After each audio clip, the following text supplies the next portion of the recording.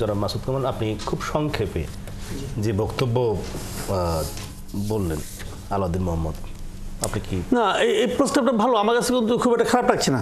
যেমন আগে এই ব্যাপারটা আমি অতটা ওইভাবে বুঝিনি আর কি। আমি ভাবছিলাম ওইটা হবে, সময় ক্ষেপণ হতো, ওটা নিয়ে আমার আপত্তিও ছিল। কিন্তু এখন ওই যেভাবে ক্লিয়ার করলো জিনিস, যদি এরকম হয় আমি তো এতে খুব একটা খারাপ দেখি না।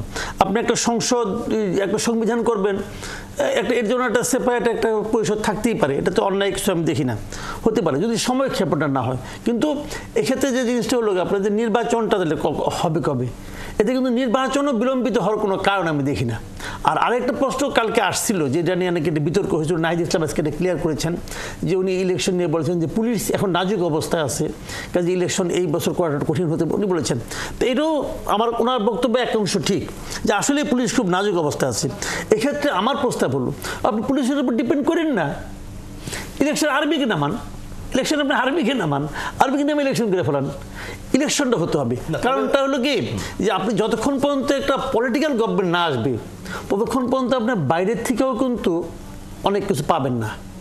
সবাই একটা স্টেবল গভর্নমেন্ট দেখতে চায়। এই গভর্নমেন্টটা মেবি স্টেবল, কিন্তু এই গভর্নমেন্টটা এক নম্বর হলো তার জনপ্রিয়তা নাই, দুই নম্বর হলো এই গভর্নমেন্টটা তো নামই অন্তর্বর্তীকালীন সরকার। তো অন্তর্বর্তীকালীন সরকারের সঙ্গে বিদেশে বড় চুক্তি হবে এটা মনে করি না।